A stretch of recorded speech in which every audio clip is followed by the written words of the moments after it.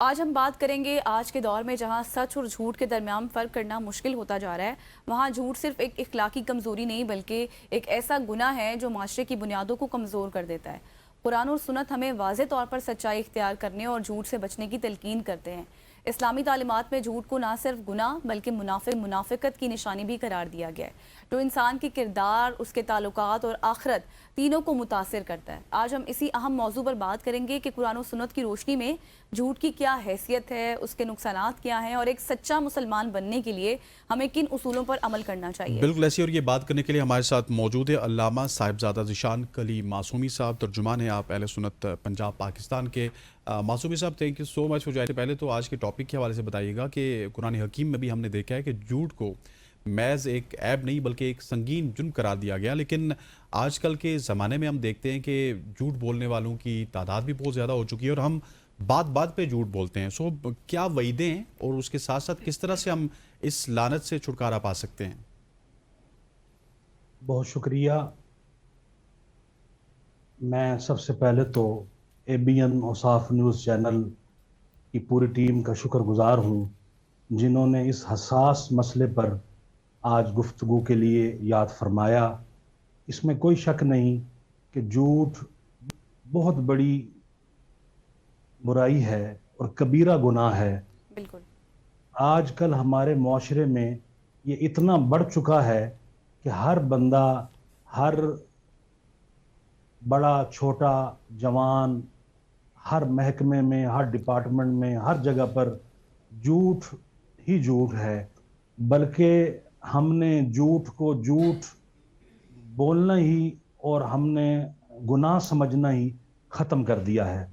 تو رب کریم خلاق دو عالم پروردگار حقیقی اپنے ابدی، ازلی، لافانی اور عالمگیر پیغام حق قرآن مجید، فرقان حمید، جو رہتی دنیا تک کے مسلمانوں اور تمام انسانیت کے لیے راہ ہدایت ہے، اور میرے نبی کریم رحمت دو عالم، صلی اللہ نور علیہ وسلم۔ مجسم، پیغمبر اعظم، فخر آدم و بنی آدم صلی اللہ علیہ وسلم کا زندہ و حیات معجزہ ہے اللہ کا وہ کلام پاک۔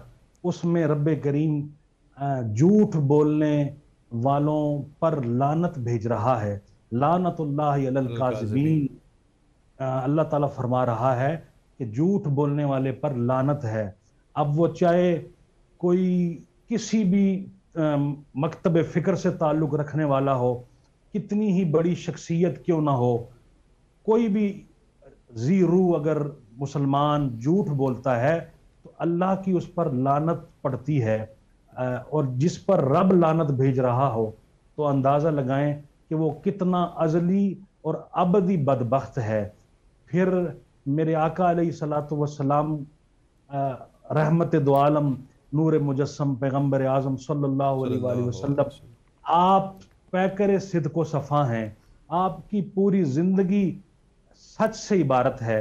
وہ نبی پاک جن کی زبان وحی ترجمان سے سچ کے سوا کچھ اور نکلتا ہی نہیں ہے، جن کو جان کے دشمن اور اسلام کے دشمن اعظم ابو جہل، اس امت کا فرعون جیسا، کہتا ہے کہ میں آپ کو سچا اور صادق اور امین مانتا ہوں، اس میں کوئی شک نہیں۔ میں اعتراف کرتا ہوں کہ حضور حضرت محمد مصطفیٰ صادق اور امین ہیں، لیکن میں ان کی بتائی ہوئی تعلیمات اور ان پر جو قرآن اللہ نے کتاب نازل کی اس کو نہیں مانتا۔ آپ کے دشمن بھی آپ کو صادق اور امین مانتے تھے، سچا مانتے تھے۔ تو میرے مصطفیٰ کریم آقا علیہ الصلوۃ والسلام نے فرمایا کہ جہاں رب فرما رہا ہے جھوٹے پر اللہ کی لعنت ہے، تو میرے مصطفیٰ کریم نے فرمایا کہ جھوٹ بولنے والا جھوٹ بولتا ہے تو اس کے منہ سے ایک ایسی بدبو نکلتی ہے جس کی نحوست سے، جس کی وجہ سے رحمت کے فرشتے اس سے کوسوں دور، میلوں دور چلے جاتے ہیں۔